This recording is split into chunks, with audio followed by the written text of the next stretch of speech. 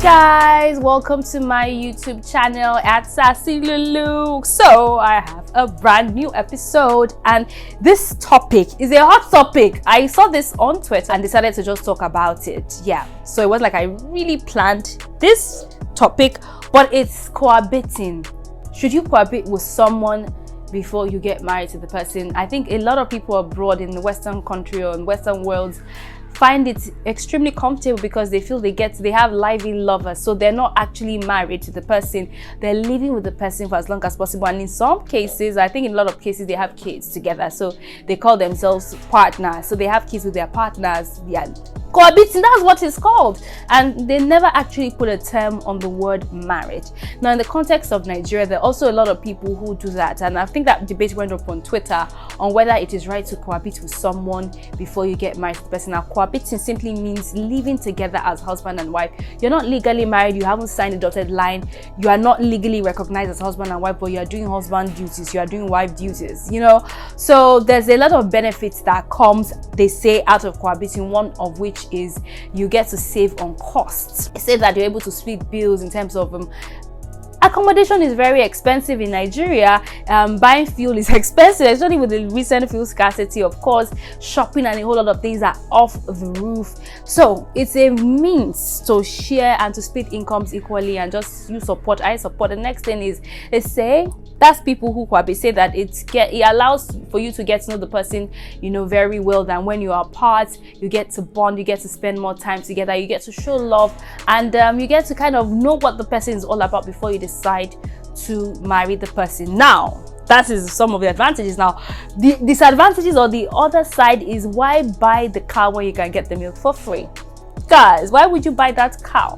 You meet this babe, you like her, and then, you know, you start getting to know her. Usually the way it happens is that you get to observe, you hang out, you enjoy. Now, if you are cohabiting with someone, or if the guy decides to cohabit with the lady, he's not going to spend as much money as he will spend, because he knows that when he comes back, she's going to be cooking for him, she's going to be cleaning the house, she's going to be doing a lot of those duties that she's supposed to be doing when she's married. So why would you want to cohabit with someone when at the end of the day they may not end up marrying you? If marriage is the goal, if you just feel like you need to have a sexual, and again, when it comes to the sexual aspect, you have someone to be there for you, emotionally meet your needs, you don't have to go outside looking for someone, because you have someone who is there, you know, fulfilling all those needs without the benefit of a married relationship. And in some cases, you know, they end up married. So looking at the disadvantages, what are the disadvantages? Should people cohabit? You know, it's entirely up to you, but the first disadvantage is see finish will enter.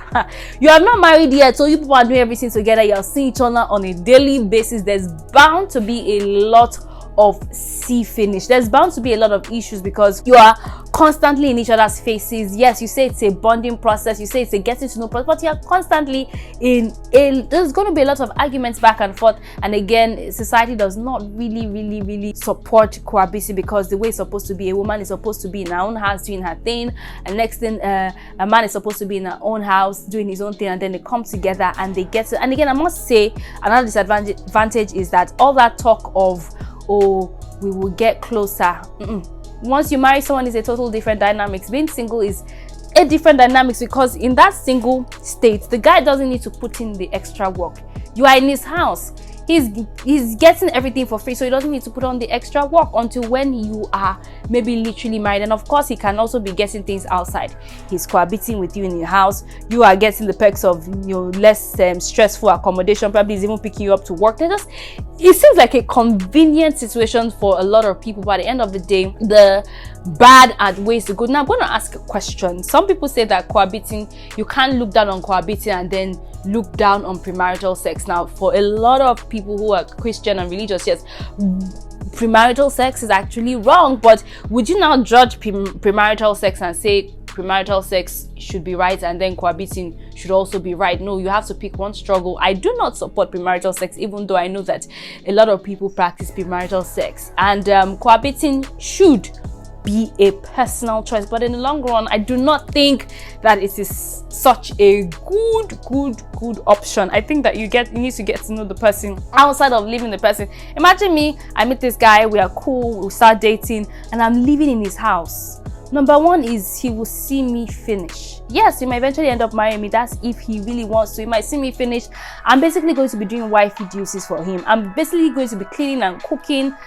We're not going to tie a chef because when we're not literally married. There's a lot of things that I'm supposed to be doing when I'm married that I'm going to be doing for this guy, and at the end of this, getting everything for free. So what is the point of cohabiting with someone when you can build a friendship, you can build a relationship out of actually living in your house with the person? I know abroad it works for them, but at the end of the day, when they break up, what happens? You people now move out of the apartment and get another apartment and start starting your life all over again. So with the issue of cohabiting, I know it's a personal choice. Some people go into it for financial reasons because it's financially viable for them, and it's one means that I think that some single guys used to say, well, they don't want to marry, so they just want to be getting one babe, cohabit with one babe. After a while, they will break up with the babe and cohabit with another babe. I remember when I was in university, there were a lot of people who were not married, but they were cohabiting seriously and stuffs were going down. They didn't end up getting married. They did not. They were just cohabiting and having sex and all of that, and at the end of the day, they went their separate ways. So with the issue of cohabiting, I decided to put it out there because I know this is one topic that was literally trending on social media, and I thought, let me ask you guys, have you ever cohabited with someone before? Do you plan to cohabit? So if someone says, Solo, I love you so much, or we're dating, would you move into my? I don't think so. I like my space so much, so I can't imagine having another guy. First it'll be, oh babe, it will be, babe, let me drop my shirt or my top in your house. That's if the girl is going to cohabit with the guy.